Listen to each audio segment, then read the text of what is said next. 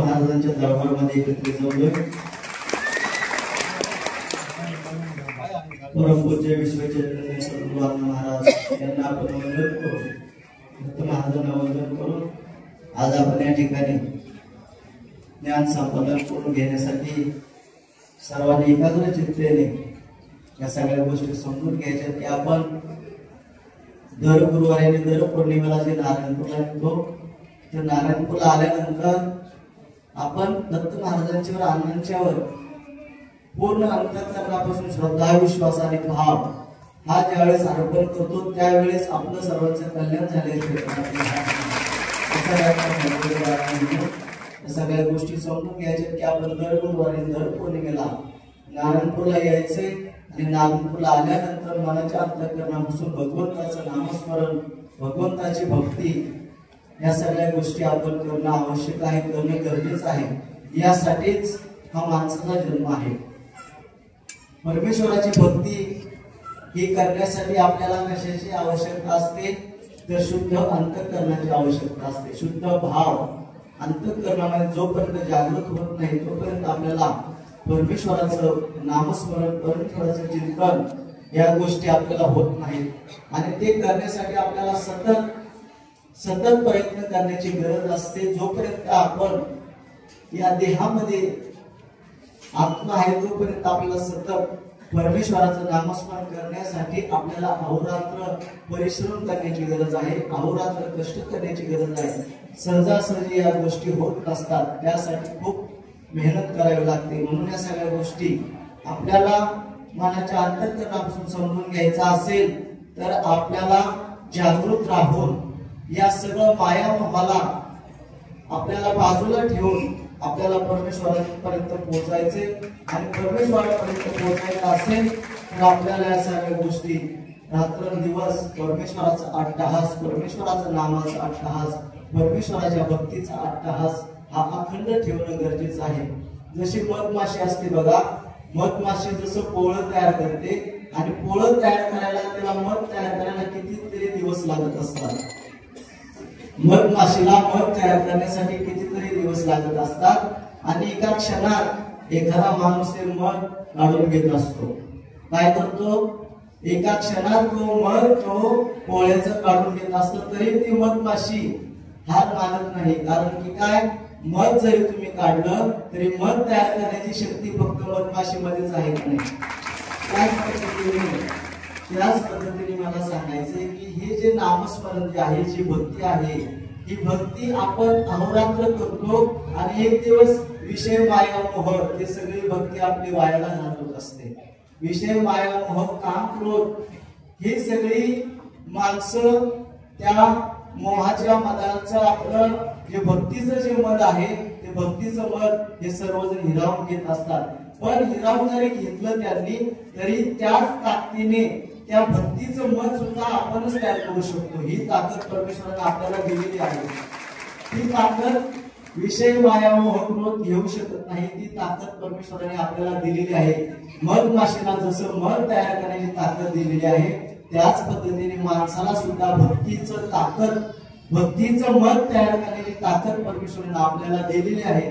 फक्त ती जागृत ठेवणं ही महत्वाची गोष्ट आहे. म्हणून या सगळ्या गोष्टी आपण अखंडपणाने जागृत राहायला पाहिजे की मधमाशी जशा पद्धतीने आपलं अहोरात्र कष्ट करून प्रत्येक फुलावर जाऊन ते मध गोळा करत असते, मकरंद गोळा करत असते, त्याच पद्धतीने आपण सुद्धा दत्त महाराजांच्या दरबारमध्ये येऊन अण्णांचं नामस्मरण, दत्त महाराजांचं नामस्मरणाचं मकरंद घेऊन जायचे आणि आपल्या घरामध्ये आनंदाचं मध तयार करून प्रत्येकाला आनंद देण्याचं काम आपण अहोरात्र करणं गरजेचं आहे. यासाठीच परमेश्वराने आपल्याला जन्म दिलेला आहे. या गोष्टी समजून घेऊन, जाणून घेऊन आपण प्रत्येकाने आपलं जीवन चाललं पाहिजे, आपली वाटचाल चालली पाहिजे. आणि जोपर्यंत आपण या गोष्टी समजून घेत नाही, जाणून घेत नाही, तोपर्यंत आपल्याला या जीवनाचा मर्म कळणार नाही.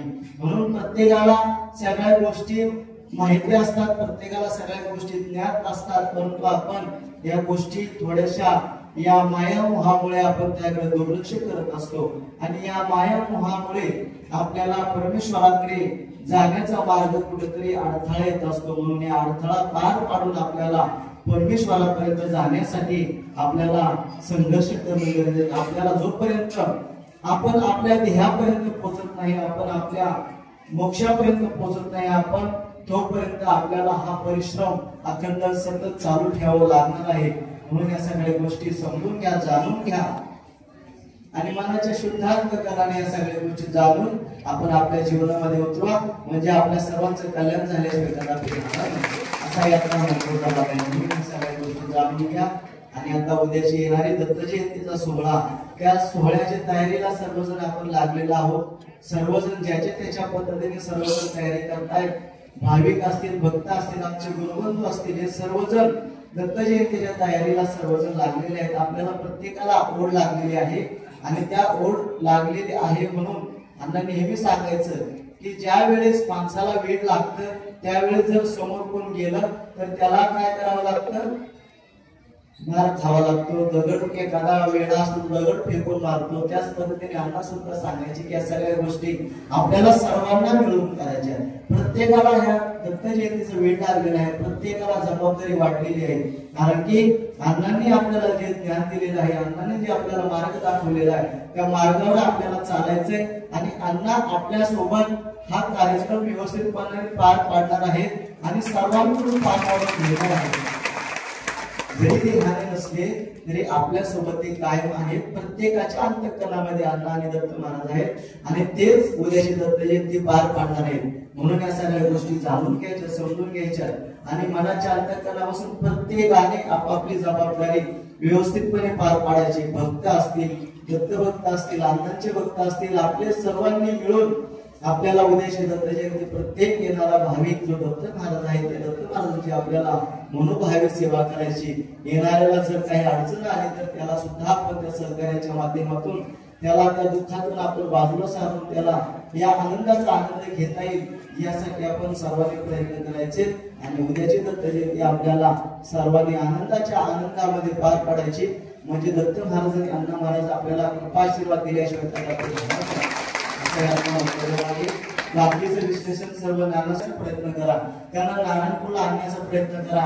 प्रत्येकाला नारायणपूरला आल्यानंतर नारायणपूरचा महिमा, दत्त महिमा, अण्णांचा महिमा हे सगळं त्यांना सांगितलं पाहिजे आणि या पद्धतीने या सगळ्या गोष्टी जाणून घ्या, समजून घ्या. त्याच पद्धतीने उद्या ज्या माधवगिरीचा विषय आहे तो सुद्धा प्रत्येकाने 5,000 माधवगिरी मागायचे आणि तो माधवगिरीच्या माध्यमातूनच उद्याच्या दत्त जयंतीचा महाप्रसाद होत असतो. म्हणून या सगळ्या गोष्टी समजून घ्या, जाणून घ्या आणि त्याचप्रमाणे आपल्या दत्त जयंतीचा सोहळा आपल्याला सर्वांना मनाच्या अंतःकरणापासून पार पाडायचा आहे. एवढंच बोलून मी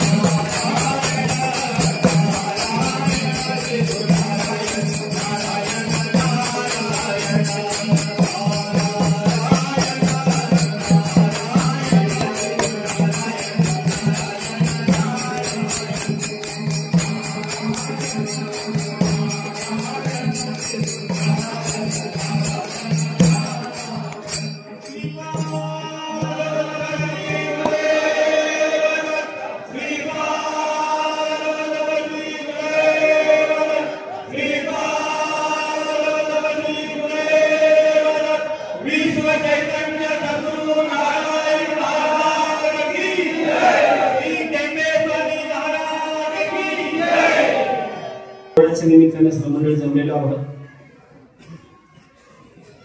आपल्या सर्वांचं दैवत सर्वांचे मार्गदर्शन करणारे सर्व अण्णा महाराजांना पण वंदन करू आपल्या कार्यक्रमात सुरुवात. या बोराचं अनुदान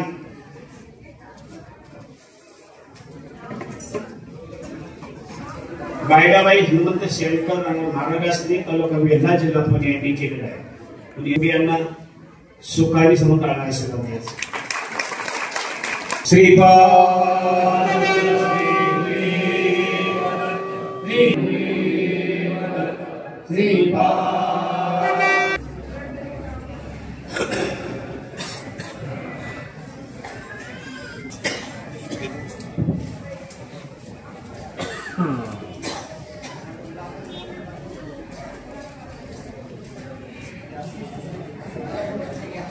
त्याप्रमाणे आता पुढील पौर्णिमा आपली येणारी पौर्णिमा आताच महाराजांसारखी दत्त जयंती आहे. येणारी पुढे आपली दत्त जयंती आहे. त्या दत्त जयंती निमित्तानं आपण सर्व नियोजन करायचे. नियोजन चालू आहे. नियोजन करायचे 2024 14/12 2024 15/12 2024 3 दिवस आपला कार्यक्रम आहे. तो आपला कार्यक्रम समजून घेऊया आणि सर्वांनी सहकार्य करायचे. प्रथम आपण विषय घ्यायचा आहे महादेवगिरी मागायची आणि महादेवगिरी मागायला लावायची. दत्त महाराजांच्या काखेला झोळी आहे आणि त्या झोळीप्रमाणे प्रत्येकाने आपण आनंदानं करता महादेवगिरी मागायची. प्रत्येकाने 5 घरं महादेवगिरी मागायची. शुद्ध अष्टकाने आंघोळ करायची. आंघोळ करायची आपण निघायचं. काखेला झोळी घ्यायची. 5 घरं महादेवगिरी मागायची. प्रत्येकाच्या घरात जाताना 5 गुरुदेव दत्ताचा अलंकार करायचा. त्यांनी दिली ते घ्यायचं तर पुढल्या घरी जायचं. नाही ते तिने ओळखी जाय या बसा घरात जायचं नाही. दारात जायचं. गुरुदेवाचा अलंकार करायचा आणि ती आपली महादेवगिरी घ्यायची. त्या 5 घरी महादेवगिरी आणायची. आपण गावाला जमा करायची. त्या महादेवगिरीचा प्रसाद अन्नाचा कुंभ तयार होणार आहे प्रसादाचा. त्याचा प्रसाद आपण दत्त जयंतीला करणार आहोत. म्हणजे येणाऱ्या सर्व भाविकांना सर्व यात्रेकरूंना दत्त महाराजांचा लाभ मिळाल्याशिवाय राहणार नाही. महादेवगिरी मागताना मात्र पूर्वी पळायचं जायचं. गुरुदेव अलंकार 3 वेळा अलंकार करायचा. नसेल घरात आपण येऊन पुढल्या घरी जायचं. अशी 5 घरच मागायची. घरात जायचं नाही. त्याच्या घरात बसा चहा प्या नंतर जा तुम्ही.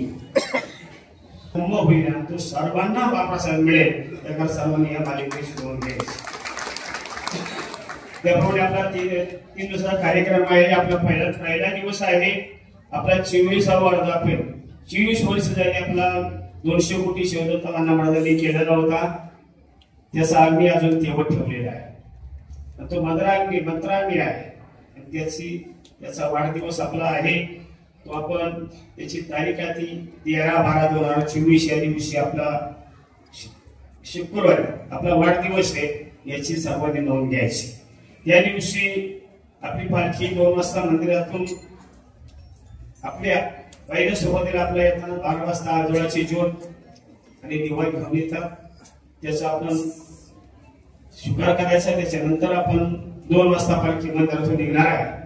त्यावेळेला तो आजोळाचा दिवा आणि ज्योत घेऊन आपण परपुरेशीला जायचे. करापरीक्षेला करायची. 4 वाजता आपण यज्ञकुंडी पोहोचायचे.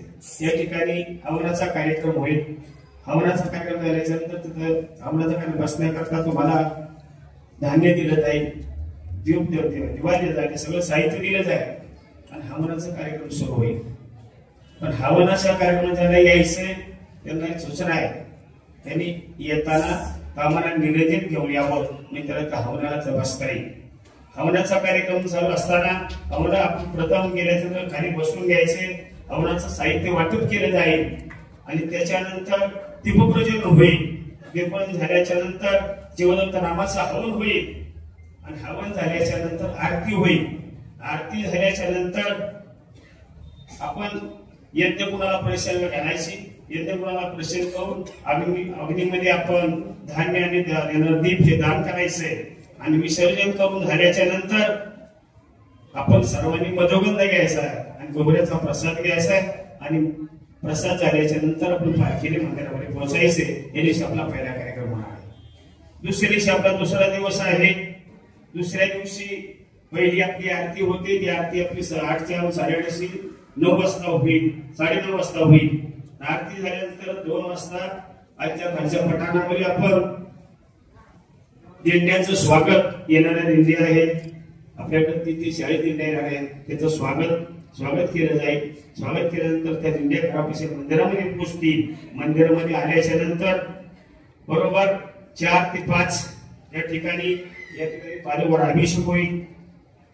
5 ते 6 भजनाचा कार्यक्रम होईल आणि 6 ते 7 जलव्याख्यान होईल आणि बरोबर 7:03 दत्त महाराज जन्म होईल. याची सर्वांनी नोंद घ्यावी.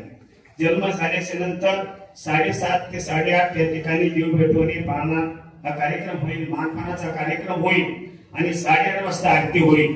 आरती झाल्याच्या नंतर 8:30 वाजता आरती होईल. आरती नंतर महाप्रसाद कार्यक्रम होईल आणि रात्री 10 ते 12 या ठिकाणी कीर्तनाचा कार्यक्रम होईल आणि ते कीर्तन निवृत्तीपर समूह देण्याचं कीर्तन आहे. त्या सर्वांनी याची नोंद घ्या. आणि रात्री भजनी महाराजाचा कार्यक्रम त्या ठिकाणी होईल. या दिवशी आपला दुसरा दिवस संपला. तिसरा कार्यक्रम आहे या दिवशी आपला दत्त जयंती सोहळा. याची तारीख आहे 15/12/2024. या दिवशी आपली दत्त जयंती दिवशी आपले पहाटे 4 ते 6 नारायणेश्वर मंदिर, दत्त पादुका, दत्त मंदिर या ठिकाणी अभिषेक, रुद्राभिषेक होईल आणि सकाळी आपल्या पौर्णिमेचा हवनाचा कार्यक्रम सकाळी 6 ते 7:30 या वेळेमध्ये आपल्या पौर्णिमेचा हवनाचा कार्यक्रम होणार आहे. यानंतर 8:30 ते 9 आरती होईल. आरती झाल्याच्या नंतर 9 वाजता पालखी आपली ग्रामपंचायत निघणार आहे. त्यावेळेला आपले खेळ असतील, बाजार दिंडी असतील, विविध मिरवणुकीने आपण निघणार आहोत. 10 वाजता पालखी यज्ञकुंड असेल आपल्या चंद्रभागी चोळी पोहोचणार आहे. त्या ठिकाणी दत्त पादुका आणि मुखावर अभिषेक होईल आणि 1:30 वाजता पालखी मंदिरामध्ये येईल. मंदिरामध्ये आल्याच्या नंतर 1:30 ते 2 या यात्रेकरूंना मार्गदर्शन आशीर्वाद स्वामी महाराज येतील. नंतर 2 वाजता आपली आरती होईल. आरती सामुदायिक दर्शन महाप्रसाद कार्यक्रम होईल आणि संध्याकाळी बरोबर 8 वाजता आरती होईल आणि 10:30 शेवटचं आरती होईल. असा 3 दिवसाचा कार्यक्रम आहे. तर सर्वांना एक विनंती, यात्रेकरून याची नोंद घ्या, सहकार्य करा. आपली दत्त जयंती आहे ही अण्णा महाराजांची पवित्र भूमी. त्या अण्णा महाराजांनी केलेलं हे कार्य हे आपल्या सर्वांना आनंदाचा आनंद देण्याकरता केलेला आहे. या आनंदामध्ये सर्वांनी भाग घ्यायचा आहे, सहकार्य करायचंय. तुम्हाला सर्वांना यात्रेकरूंना सूचना आहे, पार्किंगची व्यवस्था केलेली आहे, पाणपत चाललेली आहे, डिपार्टमेंटचा बंदोबस्त सगळं आहे. फक्त विनंतीवरून कुणीही रस्त्याला गाड्या लावायच्या नाही. ही विनंती सर्व आतापर्यंत चालू द्या. पण यात्रे दिवशी हे 4 दिवस सर्वांनी सहकार्य करायचं. डिपार्टमेंट सांगणार आहे, तुम्हाला सांगणार आहे, ते सांगण्यापेक्षा आपणच शिकणार. वर पार्किंगला पाटलाच्या वस्तू उभी झाला आहे. तुम्हाला जायला तर डायरेक्ट रस्ते 1.5 वाजता केला. इथं आपलं 5 एकराचं पार्किंग आहे, शाळेमध्ये सुद्धा पार्किंग आहे. सर्वांनी सहकार्य करा ही विनंती. 13, 14 आणि 15 गुरुवार, शुक्रवार, शनिवार आणि रविवार 4 दिवस नारायणपूरला भाजी विक्री, भाजीपाला बंद असेल. याची सर्व भाजीमध्ये नोंद घ्यायची. सर्व दुकानदारांना सूचना आहे, खालच्या पटांगणामध्ये बसलेल्या सर्वांना आणि स्टँडच्या समोर असं सर्वांना कुणीही पटांगणामध्ये आणि स्टँडला दुकान टोपली ठेवायची नाही. याची सर्वांनी नोंद घ्यावी. भाजी बाजार मात्र गुरुवार, शुक्रवार, शनिवार आणि रविवार 12, 13, 14 आणि 15 या दिवशी कुणीही पटांगणामध्ये कसल्याही ठिकाणी तुम्हाला बसायचं असेल तर तुमची व्यवस्था करून तुम्ही स्टँडला जाऊन बसा. पलीकडे कुठेही बसा. पण स्टँडचं पटांगण आणि मंदिरासमोर पटांगण मांडवाच्या मध्ये कुणीही कसलंही दुकान अजिबात ठेवायचं नाही. याची नोंद घ्या आणि सहकार्य करा. आपण एवढ्या मोठ्या यात्रेला सामोरं जाणार आहोत तर सर्व यात्रेकरूंनी सहकार्य करायचंय. त्यावेळेला अण्णा महाराज बसले. ही शक्ती आणि भक्ती फार मोठी आहे. ते शिवाय भारतामध्ये याने नाम मानले ते फुकट नाही अण्णांनी केलेली शक्ती भक्ती केलेली आहे. ते मानव देहाने मानव होते पण आत्म्याने परमेश्वर होते म्हणून एवढं भवितव्य उभं राहिले. आता महाराजांनी सांगितलं नामामध्ये ताकद आहे, शक्ती, विश्वास, भाव पाहिजे. दोन येतात बोलू का? दोन चोर होते. आता चोर असल्याच्या नंतर त्यांनी देवाचं नाव घ्यायचं नाही, बघायचं नाही. कुठं कीर्तन चाललं, कुठं प्रवचन चाललं, कुठं कार्यक्रम चालला की कानात गोळे घालायचे. असा प्रकार चालूच होता. थोडा काळ गेल्यानंतर एका ठिकाणी चोरी केली आणि चोरी केली चांगली एकाच्या कानातला गोळा खाली पडला कापसाचा. तेवढ्या मंदिरामध्ये कीर्तन चाललं होतं. तर कीर्तनकारांनी सांगितलं काय, देवाची सावली पडत नाही. त्यांनी आवाजून तेवढं ऐकलं आणि ते कानाला विचार केला, देवा सावली पडत नाही, देवा एवढा विचार केला. आता चोरी केल्यानंतर परत चोरी केली, राजाच्या राजवाड्यात चोरी केली. चोरी केल्याच्या नंतर दौंडी पिटली राजाने. जो माझा चोर पकडून देईल त्याला मी 10 लाख रुपये बक्षीस देईल. आता ती चोरी कोण कबूल होतं, चोर कोणाला माहिती, करून जायचं. एक वेश्या होती, तिने कबूल केलं, मी चोर पकडून देते. आता हिने पकडून दिलं, तिला सांगितलं, ती गेली. गेल्याच्या नंतर तिला माहिती होती की कोणत्या देवाला जाऊन नवस फेडतात आणि कोणत्या देवाला चोर जातात, हे तिला माहिती होतं. मी ते देवळात जाऊन बसली. आता चोर आले देवाचा नवस फेडायला. नवस फेडायला तरी ही देवीच होती. तिने आपलं पातळ बितळ निसलं सगळं टेबा हातात घेतला आणि उभे राहिले. साक्षात देवा त्याला देवी दिसली. म्हणजे तुम्ही चोरी करून आलाय तो उशीर केला नाही, म्हणजे सांगा नवस फेडायचं आहे, सगळं झालं. पण मी सांगणार राजाला, म्हणजे सांगू नका. नाही सांगणार. तिला काय द्यायचं दिलं तिने. पण ती उठली आणि उठल्यानंतर उभी राहतो, मागे सावली पडली. आता सावली पडल्या तर चोरांनी ज्यांनी ऐकलं त्यांनी पाहिलं की देवाची सावली पडत नाही. आता देवाची सावली पडत नाही, ती बघतो तो मागे सावली. बरं मग असू द्या, मला हे चुकीचं आहे. त्या चोरांचं ठरलं. याला देवी पलीकडे पाहिली, ती देवी नव्हती, वेशच होती. अरे अरे तिला काय करायचं म्हणजे एवढं झालं. राजाला कळायच्या आधीच संपलं. यांनी चोरी कबूल केली. राजाला जाऊन सांगितलं, आम्ही चोरी इथून पुढे करणार नाही, कारण आम्हाला तुमचं कारण कळलं, तुमची भक्ती कळली. एकदा जर त्यांनी नाव ऐकलं म्हणलं, चोर म्हणले, देवाची सावली, एवढं देवाचं कीर्तन एवढा प्रकार झाला, रोज कीर्तनानंतर किती फरक होईल. म्हणून त्या चोरांनी सुद्धा सगळं तसं तुम्हाला सांगायचं. अरे आरती ऐका, हे प्रवचन ऐका, तुमचं कल्याण जर शहरात आलंच नाही. देवाचं नाव आहे, या नामामध्ये ताकद आहे. अण्णांच्या नामामध्ये ताकद आहे, दत्त महाराज नामामध्ये ताकद आहे. तर सर्वांनी आपला अनंत सोहळा पार करायचा, सर्वांनी याची नोंद घ्यायची आणि यात्रेला सहकार्य करायचे. धन्यवाद.